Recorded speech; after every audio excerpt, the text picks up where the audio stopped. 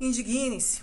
Esse é o título de um famoso ensaio do escritor francês Stéphane Hessel, publicado em 2010, sobrevivente aí de Buchenwald. Hessel defende a ideia de que a indignação é o fermento do espírito de resistência. A falta de indignação pela maior parte da população brasileira frente aos acontecimentos no país é digna de uma certa alienação mental, do derrotismo covarde ou ainda de uma lacuna histórica que nos impossibilita aí distinguir o certo do errado. A mídia tradicional, aliada à politicagem estabelecida, acusa Bolsonaro de fascista, de nazista e de estar tramando um golpe. Enquanto isso, aceitamos que Lula seja inocentado por uma tecnicidade, um tribunal composto aí em sua grande maioria por ministros nomeados pelo PT. Lula foi transformado por esse tribunal em um mártir político e não reconhecer sua indiscutível culpabilidade por corrupção, formação de quadrilha e enriquecimento ilícito. O Brasil se tornou, pelas mãos do STF, cúmplice desse ato de peculato. Em qualquer país minimamente republicano e com uma justiça cega, o PT teria seu registro cassado, seus membros receberiam uma pena exemplar e seriam impossibilitados de concorrer a qualquer cargo público. Até Obama se indignou. Escrúpulos de chefão do crime, corrupção bilionária. Indigne-se. A aliança com Lula por aqueles que batiam no peito para denunciar os crimes do PT é algo absolutamente surreal e digno dos melhores momentos de Maquiavel. Só que não estamos mais no século XVI. A história de lá para cá nos ensinou muito sobre essas atitudes e suas consequências nefastas para o povo. Eles deveriam ter vergonha de surgir aí com uma aliança com Lula nas eleições de 2022. O PSDB, que tanto lutou contra Lula, deveria ter vergonha. Em memória de Franco Motor, FHC deveria ter vergonha. Em memória de Tancredo Neves, Aécio Neves deveria ter vergonha. Em memória de Ulisses Guimarães, o Congresso Nacional deveria ter vergonha. Será que eles são capazes de sentir vergonha? Que país é esse?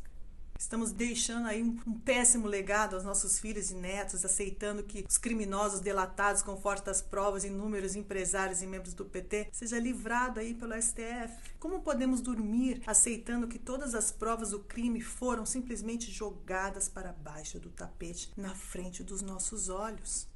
Como os jornalistas Reinaldo Azevedo e Marco Antônio Villa conseguem se olhar no espelho quando por anos foram a voz da resistência contra o PT e agora se tornam colaboracionistas? Como aceitar que Mário Sérgio Conte e Hélio Schussmann peçam por escrito ao jornal Folha de São Paulo um golpe militar para remover Bolsonaro do poder, ou ainda até mesmo a sua morte? Mas como ousam desrespeitar a memória e o legado do jornalista Sr. Frias, que certamente não compactuaria com esses crimes ou com qualquer ato que defendesse o rompimento com a democracia pelo uso da força? Indigne-se. Vivemos um período perigoso, aceitamos um pacto com Fausto em nome de um tal de bem maior. A história nos ensina que tudo que começou em nome de um bem maior se transformou numa catástrofe autoritária que somente beneficiou aí um punhado de privilegiados e prejudicou a sua grande maioria. Cada vez que políticos disseram que o fim era justificado pelos meios, o resultado foi a evaporação da liberdade e milhões de mortos. Indigne-se. A liberdade de expressão deveria proteger o livre pensar. Entretanto, o STF julgou que pensamentos que defendem crimes precisam ser punidos no rigor da lei. Pois bem, enquanto assistimos sem nenhuma indignação à prisão de jornalistas e deputados por crime de opinião. Nenhum desses jornalistas da Folha de São Paulo foram incomodados por opiniões claramente antidemocráticas e até criminosas. Como pode isso acontecer? Por que não há indignação? Será que já estamos totalmente adestrados aí, escravizados e alienados? Não temos mais o poder de nos indignar e de lutar pela nossa liberdade, pela nossa democracia? Indigne-se. Quando o PT estava no poder, nenhum jornalista pediu a morte do presidente ou um golpe militar para removê-lo do poder, apesar dos escândalos de corrupção e dos crimes. Por que aceitamos isso contra Bolsonaro, eleito democraticamente por 57 milhões de brasileiros? Claro que podemos discordar de Bolsonaro ou de Lula, mas o debate público, democrático, republicano e dentro da lei tem que ser defendido por todos nós. Qualquer coisa contrária deveria ser punida pelo rigor da lei e pelo STF. Mas o que vemos há um ano é exatamente o contrário disso tudo. A democracia está claramente ameaçada e parece que estamos aí num regime autoritário que interpreta em função de interesse a lei para a proteção de um grupo político contra o outro.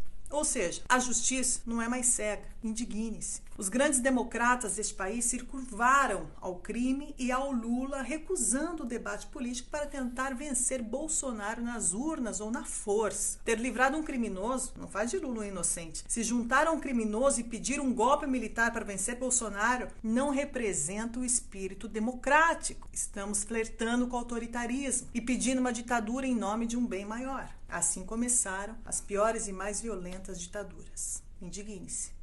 Uma pessoa pode causar mal aos outros não apenas por suas ações, mas por sua inação. E em qualquer caso, ela é justamente responsável pelo dano. Em 1947, Winston Churchill disse: a democracia é a pior forma de governo, à exceção de todas as demais formas que têm sido experimentadas ao longo da história. Precisamos vencer as diferenças pelo diálogo, pela democracia e com o espírito republicano.